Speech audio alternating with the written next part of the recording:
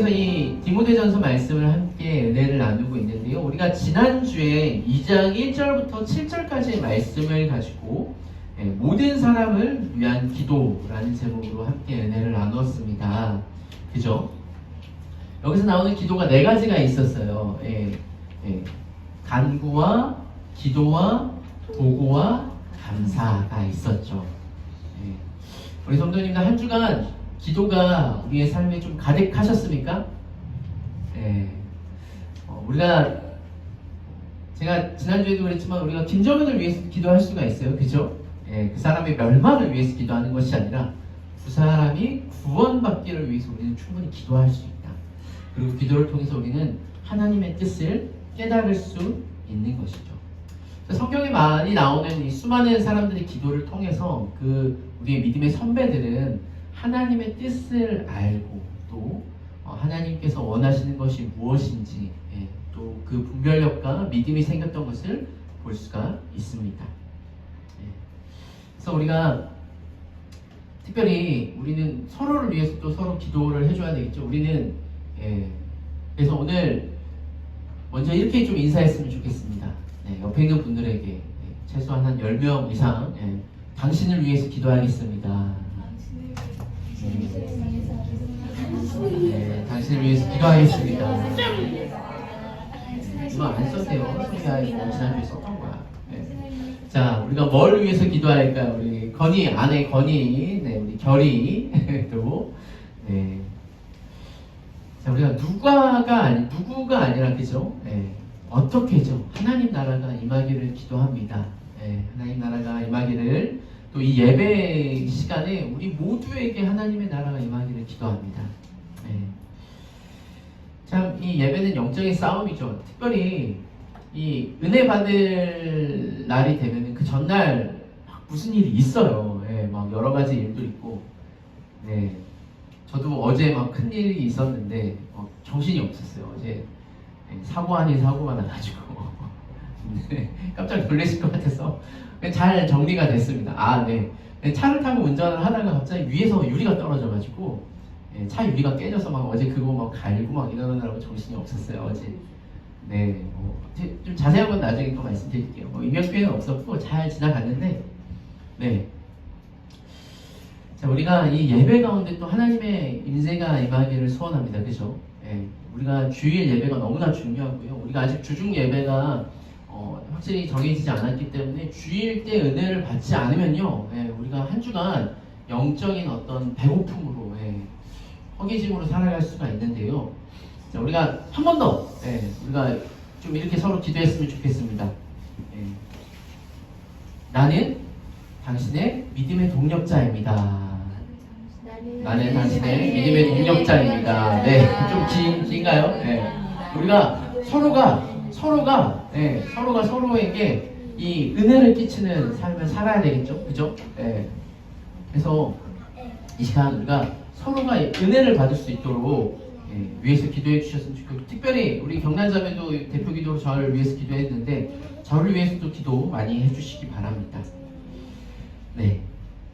서론이 좀 길었지만, 자, 이제 오늘 본론으로 들어가서 오늘 말씀은 솔직히 제가 왜 저를 위해서 기도해달라고 했냐면 오늘 말씀이 설교하기가 좀 쉽지 않은 말씀입니다. 심지어 이 강의 설교를 하더라도 어떤 목사님은 이 부분 딱 떼서 설교를 안 하시는 목사님도 제가 보기는 했어요. 왜냐하면 참 설교하기에 거시기한 성경 본문들이 몇 가지가 있는데 그 중에 하나가 이제 오늘 말씀이거든요. 왜냐하면 오늘 말씀을 그냥 표면적으로만 보면, 문자적으로만 보면 약간 이 남자와 여자의 성차별 같은 느낌이 들 수도 있고요. 잘못 보면은 이제 남자 같은 경우에는 남자는 기도만 하면 되고 나머지는 다 여자들에게 해당되는 말이고 여자들은 뭐 남자가 잘 들어라, 약간 이런 느낌의 성차별적인 얘기가 될 수도 있는데요. 우리가 그래도 여기서 하나님의 말씀이 무엇인지 깨달아야 되겠죠. 이게 우리의 태도입니다. 자, 우리 모르겠어요. 오늘 말씀을 듣기 전에 우리 성도님들이 오늘 본문을 좀 읽고 연구하고 오셨다면 어떤 메시지와 어떻게 적용을 하셨는지 좀 쉽지 않은 본문인데, 자, 오늘 제가 세 가지 원리를 얘기를 하고 그 원리에 따라서 함께 또 기도하는 시간을 갖도록 하겠습니다. 자, 먼저 우리가 첫 번째 우리가 좀 알고자 하는 원리는 뭐냐면요. 성경을 해석하는 원리가 있습니다. 네, 성경을 해석하는 원리가 뭐죠? 다 같이 한번 읽어볼까요? 시작! 문맥을 고려해서 해석하라. 네.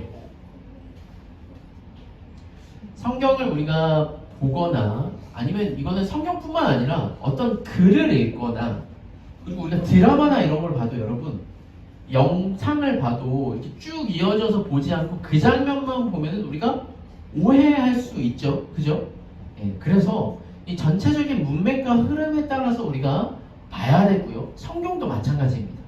이것을 가장 지키지 않는 사람들이 누구냐면은 이단들이죠. 이단들이 성경에 여러 가지 이 성경 본문에 이 한 부분만 딱 꼬집어서 그거를 해석하려고 하는데 그 상당히 위험한 일이에요.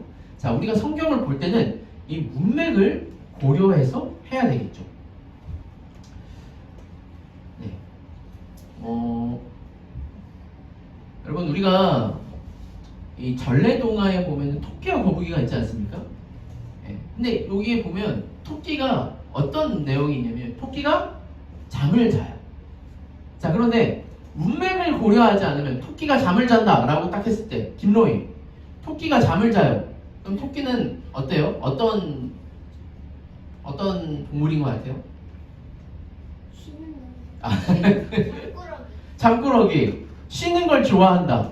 아, 뭐 낮잠을 자나? 이렇게 생각할 수도 있잖아요. 근데 지금 이 동화가 뭐죠? 토끼와 거북이가 지금 시합을 하고 있고 토끼가 보니까 저기 멀리 지금은 여기까지 왔지만 거북이가 저 멀리 있으니까 아, 내가 낮잠 한 잠 자도 거북이가 나를 이길 수 없겠지라고 생각하고 잠을 자는 거예요. 그럼 여기서 자는 토끼는 어떤 마음이죠? 어떻게 우리가 해석할 수 있어요? 게으르거나 혹은 교만하거나 이 거북이를 아주 얕잡아 보는 좀 나쁜 토끼다 이렇게 생각할 수 있겠죠. 아니 그렇게 생각하는 게 당연하죠. 그죠? 예. 그냥 평상시 토끼가 자는 것처럼 낮잠 자는 게 아니에요. 또 우리가 잘 알고 있는 이 양치기 소년에서도 마찬가지입니다. 양치기 소녀가 늑대가 나타났다라는 고함을 치죠. 그런데 첫 번째 고함은 뭡니까? 가짜. 진짜가 아니에요. 막 늑대가 안 나타나는데 장난치고 싶어서 늑대가 나타났다 이러는 거예요. 자, 여기서 늑대가 나타났다라는 말은 뭡니까? 그냥 겉으로 보기엔 그렇지만 우리는 알고 있죠. 아, 이 양치기 소년이 지금 장난을 치고 싶어 하는 거구나. 개구쟁이구나. 근데 마지막 늑대가 나타났다. 마지막 늑대가 나타났다는 뭐예요? 진짜. 그건 진짜로 나타나가지고 위급한 상황이지만 사람들은 저 거짓말쟁이, 저 개구쟁이 이 프레임이 씌워졌기 때문에 똑같은 늑대가 나타났다라는 그 문장도 우리가 글을 보면은 뭐 이제 그림이나 이런 건 있지만 글을 보면은 그 글만 보고는 우리가 해석하기 어려운데 문맥을 보면은 얘가 장난인지 혹은 진짜인지를 우리가 알 수 있는 것이죠. 우리가 같은 문장과 같은 단어라도 문맥에 따라서 완전히 해석이 달라질 수가 있어요. 그래서요 우리가 성경을 볼 때도요 먼저 성경 전체의 하나님의 뜻, 성경 전체에서 말하는 어떤 하나님에 대한 어떤 이해와 해석을 가지고 해석해야 되고요. 그 다음에 그 후에 어떤 그 책이나 그 문장, 그 장절, 여기에서 보는 어떤 흐름 가지고 해석을 해야 됩니다. 제가 성경을 성경 연구 방법론을 가르칠 때도 몇 번 이제 했던 말인데요. 자, 우리 누가복음 21장을 한번 찾아볼까요? 누가복음 21장. 네, 성경이 있으신 분들은 제가 찾아보자라고 했을 때 찾아보면은 복을 받겠죠? 네.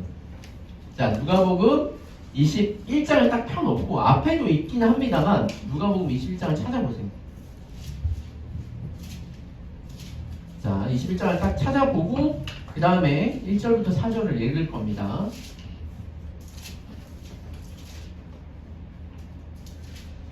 자, 제가 읽어볼게요. 예수께서 눈을 들어 부자들이 헌금함에 헌금을 넣는 것을 보시고 또 어떤 가난한 과부가 두렙돈을 넣는 것을 보시고 이르시되 내가 참으로 너희에게 말하노니 이 가난한 과부가 다른 모든 사람보다 많이 넣었도다.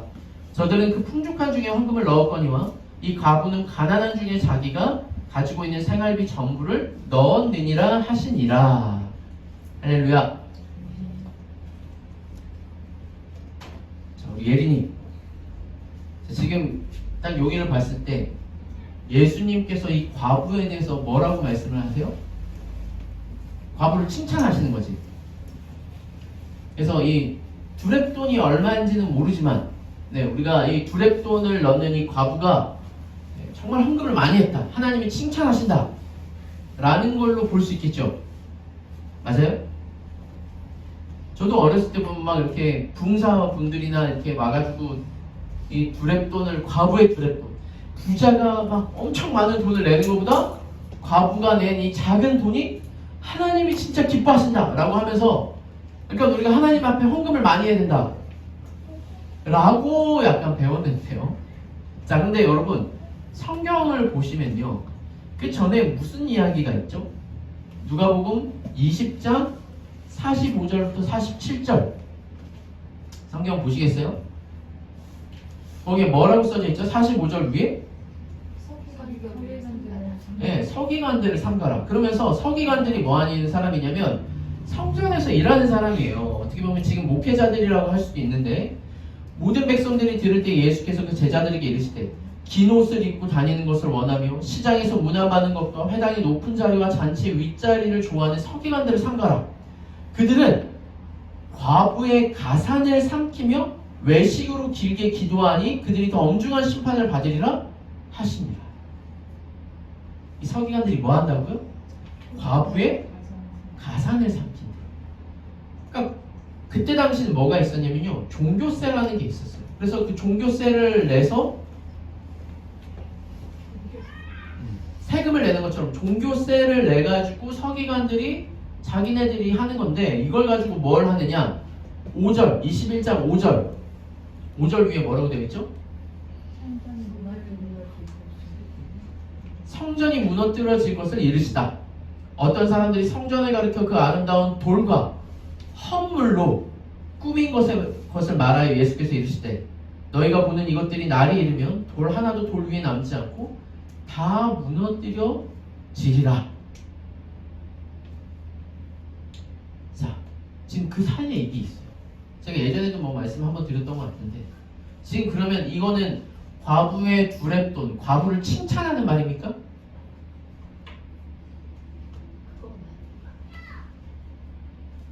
그러니까 우리가 딱 이것만 보고 해석하는 게 아니라 앞뒤를 보고 해석해야 된다고 했죠. 이 말이 뭐냐면은, 지금 당시에 이 서기관들이 종교세를 걷어서 건물을 의리의리하게 짓는 거예요. 지금도 그런 교회들도 있겠죠.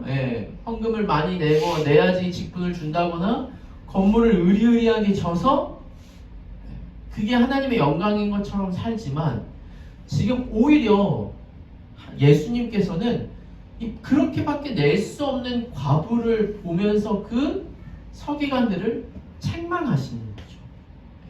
그래서 우리가 이 문맥에 따라서 성경을 해석을 해야 하는 것입니다.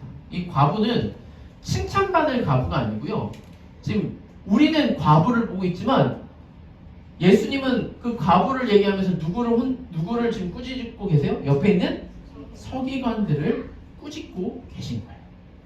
자, 한 군데만 더 보겠습니다. 사도행전 2장 16절 18절입니다. 이거 뭐 안 찾아보시고 돼요. 앞에 보세요. 우리가 너무나 잘 아는 말씀이죠. 이 성령이 오고 난 후에 베드로가 이 성령 오신 것에 대해서 얘기를 하면서 요엘서 말씀을 인용을 합니다. 이는 곧 선지자 요엘을 통하여 말씀하신 것이니 일러스되 하나님의 말씀하시기를 말세에 내가 내 영을 모든 육체에게 부어주리니 너희의 자녀들은 예언할 것이요 너희의 젊은이들은 환상을 보고 너희의 늙은이들은 꿈을 꾸리라. 그때 내가 내 영을 내 남종과 여종에게 부어주리니 그들이 예언할 것이요. 이 찬양 우리가 잘 아는 찬양이죠. 아마 청년 때 많이 불렀던, 그죠? 마지막 날에 하면서, 자녀들은 예언할 것이요 청년들은 환상을 보고 아비들은 꿈을 꾸리라. 예. 근데 여러분 우리가 이걸 보면서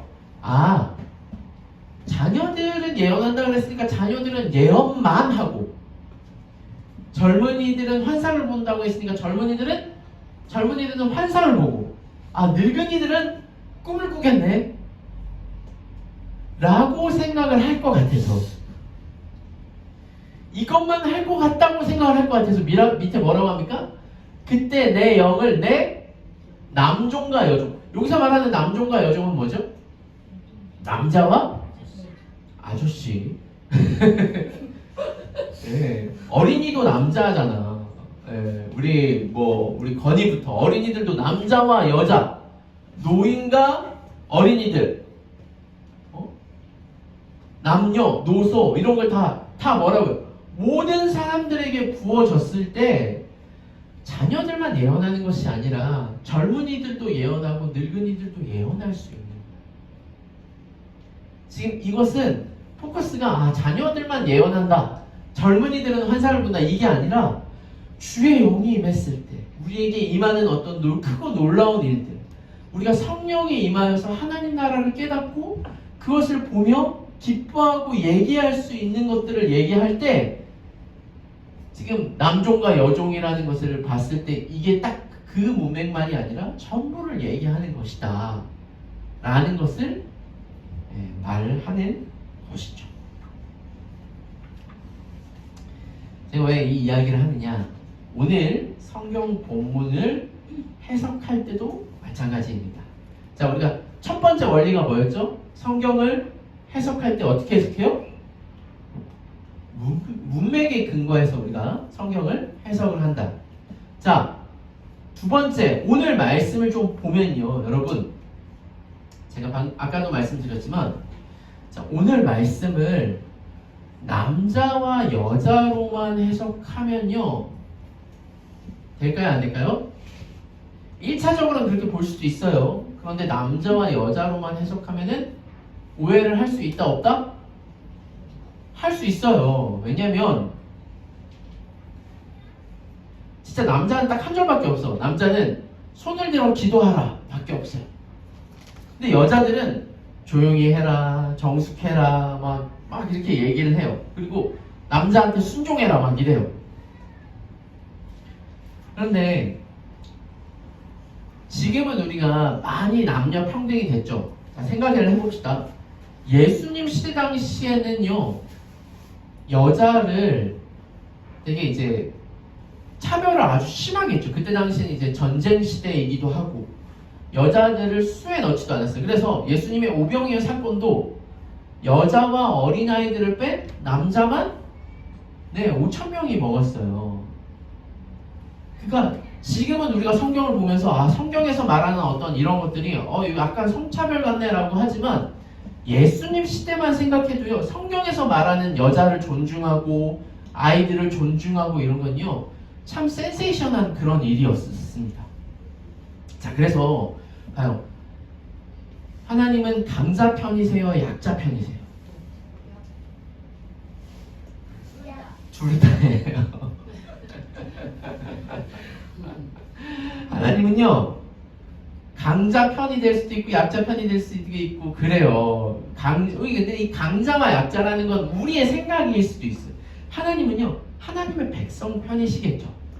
거기 안에 강자도 있을 수 있고 약자도 있을 수 있는데, 그러니까 일반적으로 하나님은 약자를 무시하시지 않으십니다. 전혀 어린아이들을 막 무시하거나 여자들이라고 해서 막 무시하지 않아요. 오히려 지금 제가 이제 선교 훈련 이런 거 받을 때 이슬람은요, 여전히 지금 21세기에도 이슬람은요, 여자들을요 물건처럼 취급을 하고 막 남자들 마음대로 하고 막 결혼도 자기 마음대로 하고 이혼도 마음대로 하고 약간 그렇다고 해요. 그런데 우리가 본 성경은요, 하나님은요 과부와 오히려 그죠, 과부들을 더 이렇게 돕고 존중하고 사랑하고 어린이들을, 고아와 이런 어린이들을 더 사랑하는 모습을 우리가 볼 수가 있죠. 자, 근데 오늘 말씀을 잠깐 보면은, 오늘 말씀에 보면 남자들은 분노와 다툼이 없이 거룩한 손을 들어 기도하라고 합니다. 네. 여기서 보면 이제 기도라고 말하죠. 기도가 우리 지난주에도 이제 모든 사람을 위해서 기도하라고 했는데, 여기서도 기도라고 말하는 걸 봤을 때 많은 성경학자들은 이 2장의 본문이 예배 드릴 때의 어떤 모습이다라고 해석을 많이 해요. 예, 저도 약간 이것에 대해서 동의를 합니다. 그러니까 이 예배 때의 모습이 일상생활과는 또 이제 연결이 안 되진 않지만, 보통의 이제 예배 드릴 때 우리가 모든 사람을 위해서도 기도할 수 있고 또 손을 들어 기도할 수도 있죠. 근데 여러분, 자, 유리가 한번 손을 이렇게 들어볼까? 우리 유리 손을 들고 기도해 본 적 있어요? 이렇게? 언제 이렇게 이렇게 기도해 본 적 있어요? 우리가 언제 이렇게 손을 들고 기도해요? 손을 든다는 의미는 뭘까요? 축도할 때. 그죠? 목사님이 축도할 때 손을 들고 하죠. 그럼 목사님은 이거 하고 있는 거네? 자, 우리가 보통 이 손을 든다는 말은 그때 당시에 전쟁을 치르다가 항복할 때 손을 들잖아. 그치? 이 손을 든다는 말은 하나님 앞에 항복한다라는 어떤 의미가 있어요. 하나님의 권능을 인정하고 자기가 약하다, 하나님만 의지하는 어떤 기도를 손을 들어 기도한다라고 해요. 근데 여기 보면은 분노와 다툼이라고 하잖아요. 남자들이 도대체 누구에게 분노와 다툼을 할까? 여자한테? 왜? 남자 말고는 여자니까? 자, 그런데 봐요. 9절에 보면은 9절에 또 이와 같이라고 되어 있어요. 진짜, 그죠? 이 말은 뭐냐면 남자의 원리가 여자들에게도 해당이 돼요, 안 돼요? 해당이 돼요. 근데 비슷한 맥락이겠지? 근데 여자들에게는 뭐라고 합니까? 여자들에게는 9절에 보면은 단정하게 옷을 입고 소박함과 정절로서 자기를 단장하고 땀머리나 금이나 진주나 값진 옷으로 하지 말고. 그러니까 그때 당시에는 약간 이제 여자들이 좀 화려하게 해서 남자들이 어떤 호감을 받는다거나, 뭔가 이렇게 예배 때도 머리를 닦거나 이렇게 할 수 있는 게 이제 최고의 어떤 그 지금의 미를 추구하는, 뭐 아름답게 입거나 그런 거를 그때 당시에는 할 수 없었으니까. 뭐 우리가 이슬람 그때 그쪽의 나라들의 옷을 보면 막 지금도 이슬람이나 이렇게 히잡을 쓰고 다 옷이 막 흰거나 검은거나 막 해가지고 그냥 쫙 이렇게 입지, 뭔가를 이렇게 시작할 수 없었잖아요. 그러니까 여자들이 할 수 있는 게 다만 머리를 닦는다거나 뭐 이런 것들을 할 수 있었던 것 같아요. 근데 그런 것들을 하지 말고 단정하게 옷을 입고 소박과 정절로서 자기를 단장하라고 얘기를 하고 있죠.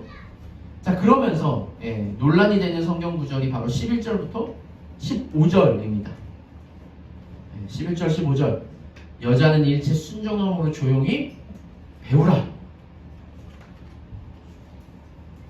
여자가 가르치는 것과 남자를 주관하는 것은 허락하지 아니한다. 오직 조용히 해라. 제가 진짜 이거를 이렇게 성경을 제가 가르칠 때도요, 뭔가를 이렇게 딱 가르치면 그것만 쏙 들어와가지고 막 뭐 말할 때마다 그렇게 막 쓰는 사람들이 있더라고요. 이건 이 남성 우월주의자들은 이걸 보면은 봐라, 성경에서 이렇게 얘기하지 않냐. 막 그래서 오늘 막 유리가 소희한테 너 조용히 해, 성경에서 조용히 하라고 했어 막. 근데 너무 말이 시끄럽긴 해. 이렇게 된다고. 만만치 않아. 아니지 얘들아, 지금 설교 시간이, 지금 그 얘기를 하자라는 게 아니에요. 그렇게 하지 말라라는 거잖아요, 그죠? 지금 이 얘기를 하는 게 아니라, 자, 여기서는 하나님이 성차별을 하시는 분이 아니에요. 왜냐하면 우리 15절에도 보면은 여자가 정숙함으로 믿음과 사랑과 거룩함에 거하면 그의 해산함으로 구원에 이른다. 여러분, 우리가 구원에 이르는 건 뭐죠? 믿음입니다. 여자가 아이를 낳는 것으로 구원을 이루는 게 아니에요. 여기서 말하는 그 구원은 우리가 생각하는 그 구원은 아니지만, 여기서 말하려고 하는 게 뭐냐면은 두 번째 원리가 나옵니다. 뭐냐? 우리가 하나님의 창조의 원리가 있어요. 그게 뭐냐면 질서를 따라 행하는 거예요. 질서. 왜 제가 이 창조의 원리라고 말하느냐? 중간에 지금 이 바울이 디모데에게 뭘 예화를 들고 있죠? 아담과 하와를 예화를 들고 있죠. 우리가 너무나 잘 아는 말이에요. 아담이 먼저 창조함을 받았고 그 뒤에 하와가 받았어요. 근데 제가 복음의 기초를 할 때도 많이 이제 얘기를 하는 게 뭐냐면 아담이 더 뛰어납니까? 하와가 더 뛰어납니까? 먼저 만들어진 게 뛰어나겠어요? 뒤에 만들어진 게 더 뛰어나겠어요? 먼저. 뒤에 먼저의 실수를 그치, 먼저의 실수를 보완해서 뒤에 만든 게 좀 더 완성도가 높겠죠. 이건 저의 생각인데 성경에 나오진 않는데 저도 그렇게 말을 합니다. 제가 봤을 때 남자들은요 정말 단순하고 이것만 봐요. 뭐 자기가 딱 이것만 봐요. 근데 여자들은 이렇게 두루두루 보면서 더 이렇게 좀 세밀하고 디테일하고 이런 것들이 좀 있는 것 같아요. 근데 성경에서는요 남자가 먼저 하나님께 창조함을 받았기 때문에 그 책임을 누구에게 주셨냐면 남자에게 주셨어요. 하나님은요 우리를 이렇게 하실 때 능력을 보고 우리에게 뭔가를 맡기시는 분이 아니에요. 세상은 능력주의 사회죠. 그죠? 세상은 능력이 있고 잘하면은 뭔가를 맡기고 그래서 좋은 성과를 내길 바라는데 하나님은 성과가 필요해요? 안 해요? 우리가 뭘 안 해도 이미 하나님은 하나님 혼자 천지를 창조하시고 말씀으로 모든 걸 다 이루실 수 있는 분이에요. 하나님은요 성과가 필요하지 않아요. 다만 하나님은 뭐가 중요하냐? 태초에 하나님이 천지를 창조하시기 전에 이 땅은 어떤 땅이었죠? 혼돈과 공허해. 질서가 없고요. 아무것도 없이 비어있는 그 땅에 하나님이 뭘 만드셨다고요? 질서를 만드셨어요. 이게 하나님의 질서라는 겁니다. 하나님의 질서는요. 능력이 아니라 우선순위인 거죠. 그래서 지금 아담과 하와가 남자와 여자로 보면요. 이거는 남녀 갈라석인데 하나님이 말하시고 싶은 오늘 성경에서 우리가 찾을 수 있는 원리는 뭐냐면요. 질서예요. 먼저 된 자와 나중된 자가 있는 거죠. 그래서요. 하나님은 이 하나님의 질서를 모든 곳에 적용하십니다. 그래서 제가 많이들 말하는 거지만 우리가 짓는 죄 중에 하나님께 짓는 죄 말고 사람과 사람 사이에 짓는 죄 중에 가장 큰 죄는 뭐예요? 살인하지 말라가 아니에요. 뭐죠? 5계명이 뭐죠? 부모를 공경하라. 왜요? 이게 하나님의 질서거든요. 하나님의 질서에서 절대 뒤집히지 않는 질서는 뭐예요? 부모가 자식을 책임지고 그렇다고 부모가 마음대로 하라는 게 아니야. 부모로서 먼저 된 자로서 그 다음 된 자를 사랑하고 잘 양육하고 이런 책임이 부모한테 있는 거고요. 자녀는 어떻게 해요? 순종하고 거기에 잘 따라야 되겠죠. 남편과 아내도 마찬가지입니다. 그리고 가르치는 자와 가르침을 받는 자도 마찬가지이죠. 그래서요, 지금 이 남자와 여자를 먼저 된 자와 나중된 자, 뭐 부모와 자식, 가르치는 자와 가르침을 받는 자 이렇게 해석을 해도 똑같아요. 자, 먼저 가르치는 자는 어떻게 됩니까? 하나님 앞에 항복하면서 기도하라는 건 뭐예요? 내가 지금은 먼저 된 자지만 여러분 모든 사람이 먼저 된 자로 처음부터 태어나요? 제가 지금은 우리 아이들을 책임지는 부모이지만 저 또한 몇십 년 전만 해도 10년, 한 10몇 년 전만 해도 부모 밑에 있던 자식이었어요.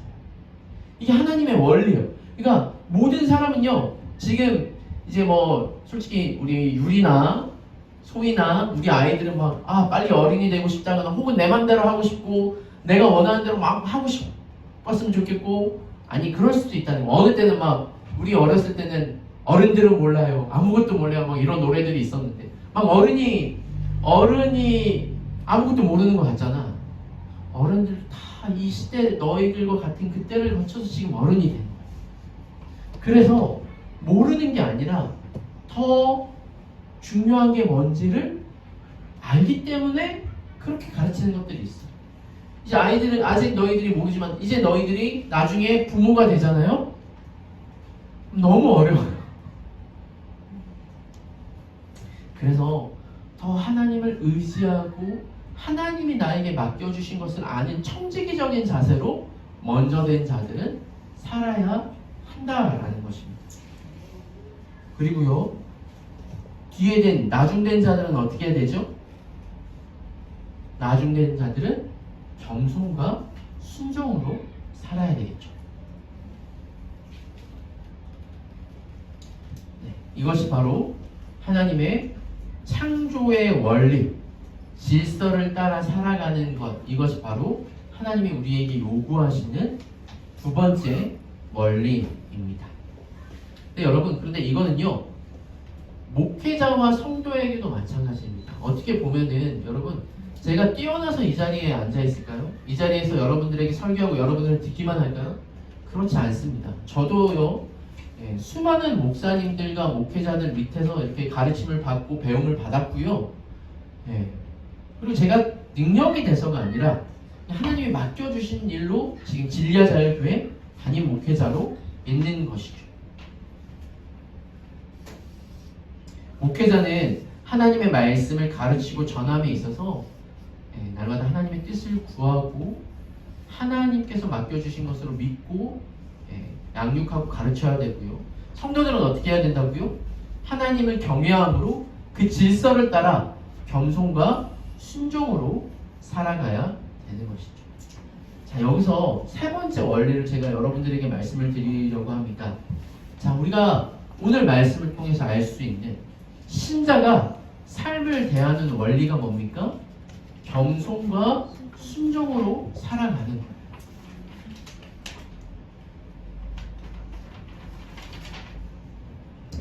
한 예화인데 옛날에 어떤 행인이 뜨거운 태양빛에서 벽돌을 쌓고 있는 세 명의 벽돌공을 만났어요. 그러니까 세 명이라고 하니까 유리견인가? 네. 이렇게 벽돌을 쌓고 있는 사람을 만났는데 이 사람이 지나가면서 물어보는 거예요. 첫 번째 벽돌 쌓는 사람한테, 지금 당신은 뭐 하고 계십니까? 그러니까 여러분, 어떤 표정과 어떤 얼굴인지 한번 상상해 보세요. 첫 번째는 이렇게 얘기했다고 해요. 보면 몰라요? 벽돌을 쌓고 있지 않소? 죽지 못해 하는 일이지. 좀 옆으로 가서 이제 두 번째 사람한테 물어봤다고 합니다. 당신은 뭐 하고 있습니까? 가족들을 먹어 살리려고 돈을 벌고 있습니다. 시간당 일당을 받으니 하는 거죠. 이제 마지막으로 옆으로 가서 세 번째 사람에게도 물어봤다고 해요. 당신 지금 뭐 하고 있습니까? 세 번째 사람이 이렇게 대답했습니다. 나는 지금 세상에서 가장 아름다운 성당을 짓고 있습니다. 많은 사람들이 이곳에서 평안을 얻겠죠.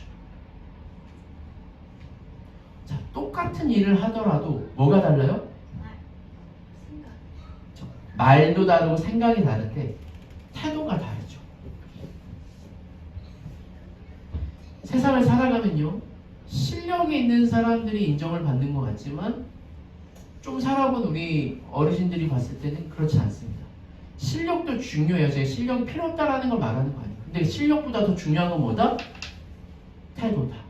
요즘 최고 1타 강사인 수학 강사인 정승재도요, 태도에 대해, 그 사람이 뭐 믿는 사람이 아닌데 학생들한테 말하는 태도가 정말 중요합니다. 여러분, 오늘도요, 남자와 여자를 갈라서 남자들은 뭐 다스리는 자고 여자들은 막 이렇게가 아니라 우리가 이 땅을 살아갈 때, 특별히 아까 예배에 대해서라고 제가 말씀드렸어요. 예배를 드리는 태도를 보면 하나님을 대하는 어떤 태도를 볼 수가 있겠죠. 그리고 그것이 우리의 삶을 대하는 태도가 되고요, 그 태도가 우리의 믿음이 됩니다. 하나님은 이런 태도를 변화시키기 위해서 우리 신앙의 선배들을 훈련시키기도 했어요. 자, 여러분, 오늘 왜 이렇게 안 넘어가죠? 네. 자, 예배를 대하는 태도가 말씀을 대하는 태도고, 삶을 대하는 태도이다. 자, 안 써도 돼요. 안 써도 돼요. 자, 우리 예전에 누굴까요? 지금 화면에. 아니에요. 뭐야? 모세예요. 모세. 여러분, 모세가 이집트 왕자였을 때 태도가 어땠을까요? 야, 그 큰 나라의 왕자잖아. 뭐 몇 번째인지는 정확히 모르겠지만 왕자면 자기가 하고 싶은 거 마음대로 할 수 있겠어요? 없겠어요? 자기가 먹고 싶은 거 다 가지고 오라고 할 수 있고 자기가 원하는 거 다 할 수 있어요.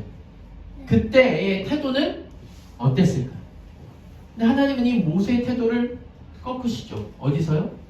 광야에서 40년 동안 홀로 있으면서. 그리고 하나님이 모세에게 불탄 떨기나무에 나타났을 때 모세의 태도가 예전의 태도가 아니었겠죠. 그러면서 내 신을 벗으라 라고 얘기를 하는 거예요. 하나님은요, 이 광야에서요 모세의 태도를 바꿔놓으신 거죠. 자, 이 사람은 누굴까요? 똑같은 광야 같지만 힌트. 지금 뭐 입고 있어요? 그거 요새. 아, 맞아요. 요셉이에요. 그죠? 맞습니다. 요셉도 이 색동옷을 입고 입었을 때 그가 얼마나 존귀하게 아빠의 사랑을 받고 있었는지, 그죠? 참 그때는 사랑을 받으니까 약간 이 요셉이 그 형들한테 팔리기 전에 약간 버릇이 없는 느낌이 성경에 있어요. 막 약간 형들한테 눈치 없이 막 이러거든요. 근데 나중에 이 가진 고난을 당하고 나서 이 요셉이요, 막 이집트에서 형들을 만났을 때 바로 형들을 보고 막 혼내고 막 뭐라고 하는 게 아니라 형들이 반가웠지만 요셉은요 그 훈련을 통해서 형들이 정말 변했는지를 시험을 해요. 그만큼 이제 그가 높은 위치에서 그가 가져야 될 태도나 이런 것들이 많은 고난과 여러 가지 훈련을 통해서 변화됐던 것이죠. 사랑하는 성도 여러분,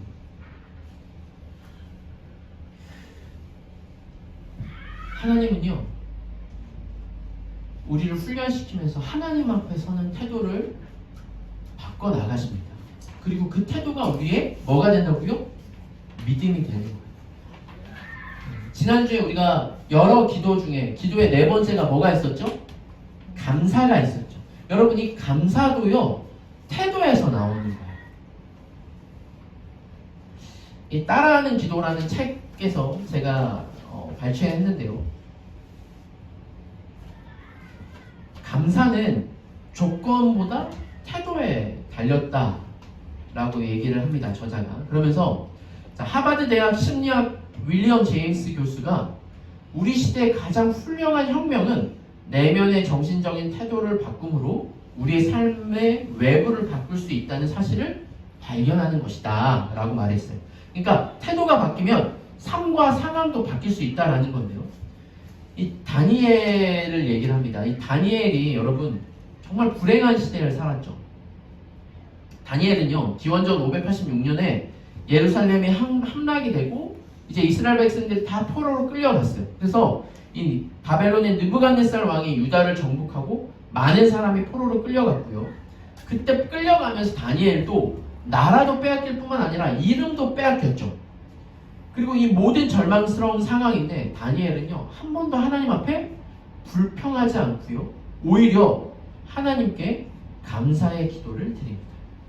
그리고 이 처음에 느부갓네살 왕이 이제 바뀌어서 다리오가 새 왕이 됐음에도 불구하고 이 다니엘은 인정을 받아서 이 세 명의 총리 중에 한 명이 돼요. 그래서 왕에게 가장 인정을 받는 사람이 되죠. 근데 사람들이 이 다니엘을 시기하니까 어떻게 합니까? 신상을 만들고 왕의 어떤 큰 상을 만들고 거기에 절하라고 합시다. 절하지 않으면 사자밥이 되게 합시다. 당연히 이 다니엘을 모함에 빠뜨리려고 사람들은 알았거든요. 다니엘이 매일 뭐 한다? 창을 열고 기도하는 걸 알았어요. 그래서 다니엘을 모함에 빠뜨리려고 그것을 했던 거예요. 그래서 앞으로 30일 동안 왕 외에 다른 신에게는 기도해서도 안 되고 기도하면 사자밥이 된다고 하는 것에 왕이 도장을 찍었습니다. 자, 그런데 이 다니엘이 도장 찍힌 것을 알고도 어떻게 했을까요? 우리 한번 같이 읽어볼까요? 다니엘 6장 10절입니다. 다 같이 읽어보겠습니다. 시작! 다니엘이 이 조서에 왕의 도장이 찍힌 것을 알고도 자기 집에 돌아가서는 윗방에 올라가 예루살렘으로 향한 창문을 열고 전에 하던 대로 하루 3번씩 무릎을 꿇고 기도하며 그의 하나님께 감사하였더라. 아멘. 다니엘 알았겠죠? 하나님께 예배하면 왕의 조서에 있는 것처럼 사자밥이 된다는 것을 알았습니다. 그런데 그는 이 상황을 보면서 감사할지 말지 결정하지 않고 어떻게 했어요?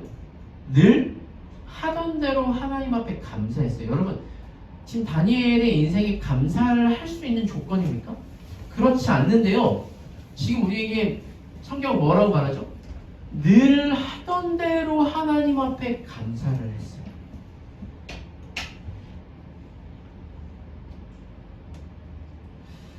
우리가 지금 눈에 보이는 변화가 전혀 없을지라도 이미 하나님의 시간 안에서 주님이 일하시기 시작하셨다는 것을 믿고 감사를 드리면요, 하나님은 어디서든 감옥이나 사자굴이나 광야나 어디서든 하나님이 일하시고 기적을 일으키십니다.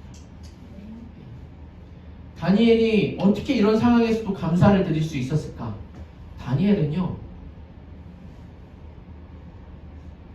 이 상황이 일어나기 전에 늘 하나님 앞에 겸손과 순종의 태도로 예배드리고 기도하고 하나님을 찾았어요. 그러니까 상황이 그런 어려운 상황이 되었을 때도 늘 하던 대로 했던 거예요. 여러분, 감사는요 절로 되지 않습니다. 이게 타고나는 게 아닙니다. 매일 꾸준히 연습하고 훈련해야 된다라고 해요. 그래서 여러분, 감사하다라는 말이 영어로 뭐죠? 땡큐인데, 이 땡큐라는 말이 이제 고대 영어에 판시안이라는 이 말의 어원이라고 해요. 근데 이제 막 이게 들어가면요, 여러분, 땡큐랑 뭐가 비슷하냐면 think랑 비슷합니다. 그쵸? think는 뭡니까? 생각하다. 이 같은 어원을 가지고 있어요. 그러니까 감사는요 저절로 되지 않고요, 뭐 해야 된다고요? 생각을 해야 감사가 나와요. 여러분, 감사하지 않는 건요 우리가 생각 안 해도 튀어나올 수 있습니다. 그죠? 막 나는 뭐가 없어, 나는 뭘 못해, 막 그래. 근데 하나님 앞에 감사하려면요 뭐 해야 된다고요? 생각해야 감사할 수 있어요. 근데 이 생각은 뭐냐면요, 신자들은 하나님 앞에 오늘 말씀처럼 겸손하게 서는 것, 순종하는 것. 여자들에게 말하는 덕목이 뭡니까? 순종하라고 하죠. 남자들은 주관하지 말라고 해요. 이게 막 미련하게 무조건 순종하라가 아니라 우리의 태도를 말하는 거예요. 우리가 예배 가운데 말씀을 볼 때 겸손하게 말씀을 보고, 그리고 하나님 앞에 순종하는 태도로 말씀을 보고 예배를 듣는 것, 이것이요 다니엘이 그렇게 늘 하던 대로 하니까 다니엘을 하나님이 어떻게 하셨습니까? 사자밥이 된 게 아니라 하나님이 구원하시고 하나님의 역사를 이루셨죠. 우리도요 날마다 하나님의 말씀 앞에 겸손과 순종으로 그 말씀을 대하고 예배드리고 살아갈 때 우리의 태도가 변화되고 우리의 환경이 변화되고 하나님이 일하시고 역사하시는 것을 볼 수 있는 우리 모두가 되기를 주님의 이름으로 축원합니다.